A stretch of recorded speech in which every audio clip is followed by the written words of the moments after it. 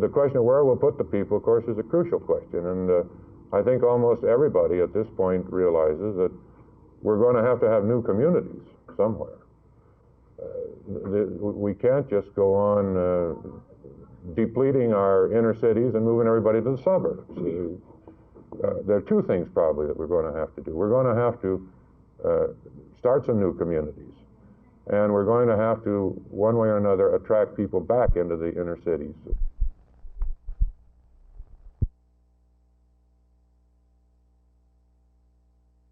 The hue and cry will always be to fly more than twice a year. This is typical of any go-go group, and that's what the space program's always been. Hasn't been geared to what I would call a slow, methodical procedure, which most other organizations are involved with. And as a result, they're learning how to run lean rather than run rich, if you understand aviation talk. Meaning that they're going to have to learn to run their program on a lesser budget and not in the same light founded. So the little crash program that we had in the past with the success of Apollo 11 will no longer be the technique that's used. Does this mean that they're diverting money from the space program to something else?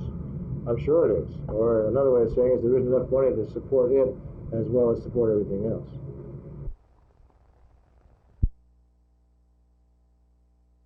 One of the charges is that the punch card system can't be used by small suburban towns where the voter turnout is light. How do you answer this charge? Oh, there's no problem in using it in the small communities as well as the large communities. A good example of this is our own corporation. We're running 6 or 7 different township elections in one county in Michigan come August 4th. And these 6 or 7 townships will all come into one computer center. I believe if the Dallas County officials make this known to many of our smaller rural outlying areas, that they could use them in all types of election as long as the Dallas County computer was available to them. Apparently they had seen us first as one of the subjects had a gun in his hand, and as we jumped from the car, he started shooting at us, and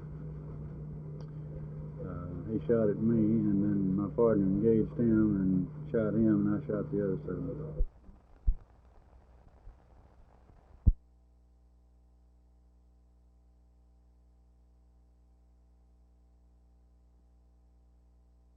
Some time ago, a storm of controversy blew up over the use of computerized punch card voting devices in Dallas County. Opponents of the punch card voting method claimed it was an inadequate system. Supporters of the punch card charged that some county officials even tried to sabotage their devices in the 1968 general election. That was 2 years ago. Today, without fanfare, tumult, or shouting, a city election was held here in Garland. Several thousand voters punched out their selections on these devices you see behind me. Oddly enough, not only did the voters seem happy about the system, but Garland city officials also seemed to like it. I talked with city manager Leonard Duckworth about the system. When this year's election came up, we gave us a good opportunity. The county didn't have machines available. So we in Garland, the city 80,000, didn't see why, since everything else we have computerized, we couldn't computerize our election, and so we proceeded to so do.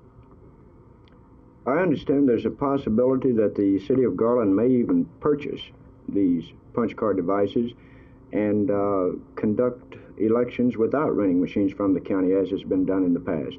Yes, this is true. I think there's a great possibility that we'll own our own voting machines. We, both by city and school, hold a number of elections in the city each year.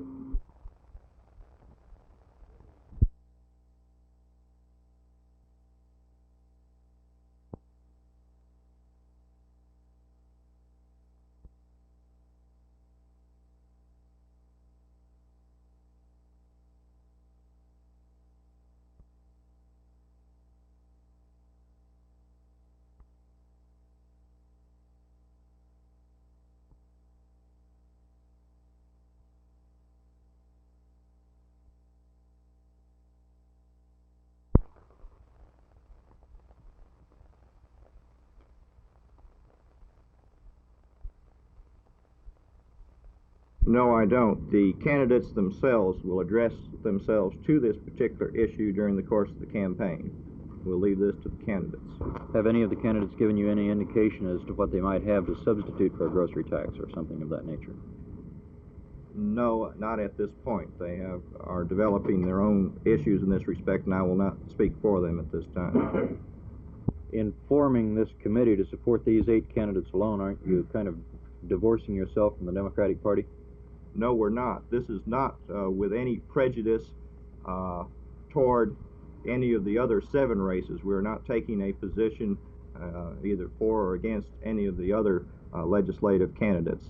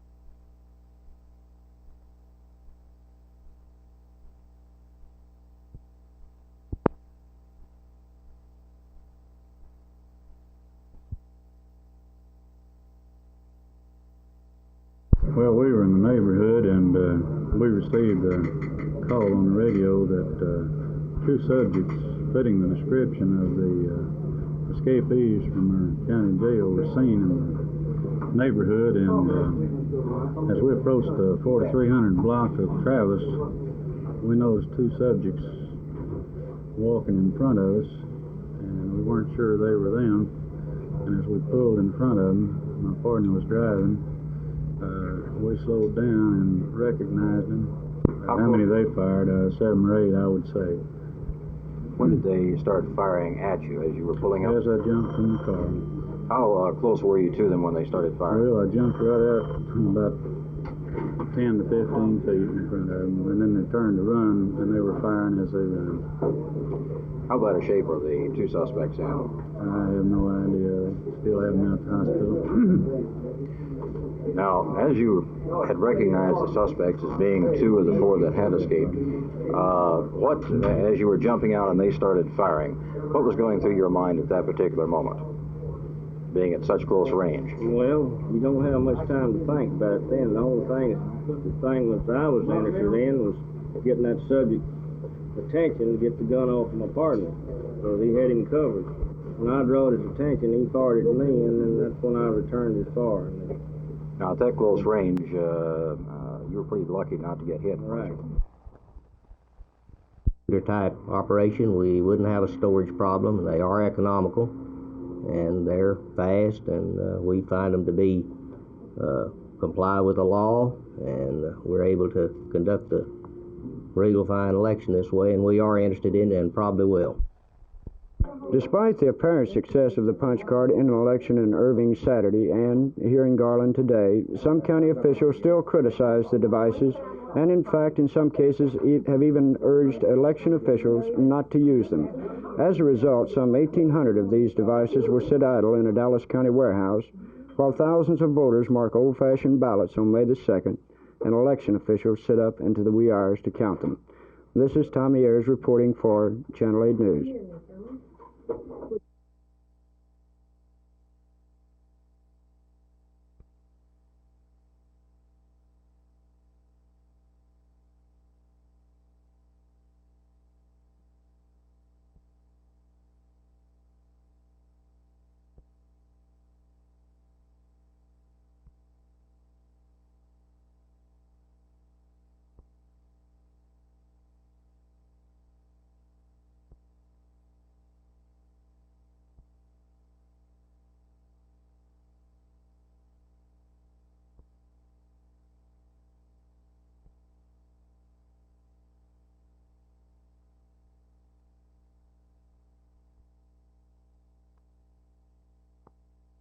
Young blacks today don't want an education geared toward service of white communities. We want education that will prepare us to help develop our own communities. We feel that the administration has forgotten that they are merely public servants, paid to adhere to students' needs in education. The incident that led to the suspension of the El Centro 3 was actually an exercise of their constitutional rights of freedom of speech, freedom of assembly, and the right to let your grievances be aired. What has the administration done now in the way of redress for the suspension? Anything? They haven't put forth any effort to reinstate the students as of now.